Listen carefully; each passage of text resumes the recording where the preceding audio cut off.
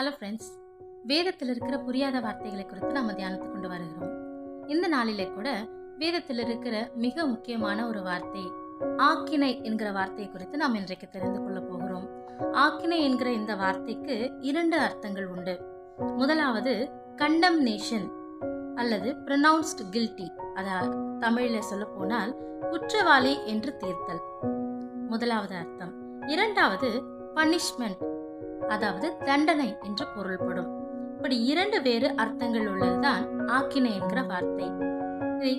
குற்றவாளி என்று தீர்த்தல் என்பதை நாம் ரோமர் 3 அதிகாரம் 8வது வாக்கியத்திலும், தண்டனை என்கிற அர்த்தத்திலே யோபு 19:29 நீதிமொழிகள் 19:19 பார்க்க முடியும்.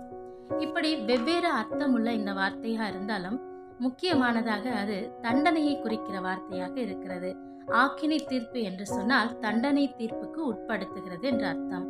இந்த நாளிலே கிறிஸ்து இயேசு நமக்காக ஆக்கினையை அவர் ஏற்றுக்கொண்டது நிமித்தமாக நாம் தண்டனைக்குள்ளாக வேண்டிய எல்லா காரியங்களையும் அவர் ஏற்றுக்கொண்டு நம்முடைய தண்டனைகளை அவர் சிலுவையிலே சுமந்து விட்டார்.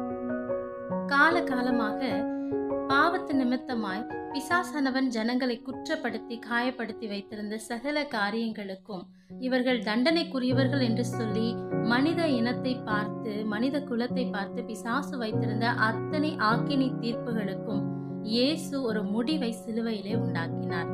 இந்த நாள் அந்த நாளை நினைவு கூறுகிற நாளாய் இருக்கிறபடியால் கர்த்தருக்கு நாம் நன்றி செலுத்த வேண்டும். உலகத்தை நியாயம் தீர்க்கிற மகா நீதிபரர், நியாயாதிபதி, பாவமில்லாத பரிசுத்தர், அவர் நமக்காக தண்டனை தீர்ப்புக்குட்பட்டாயிற்று.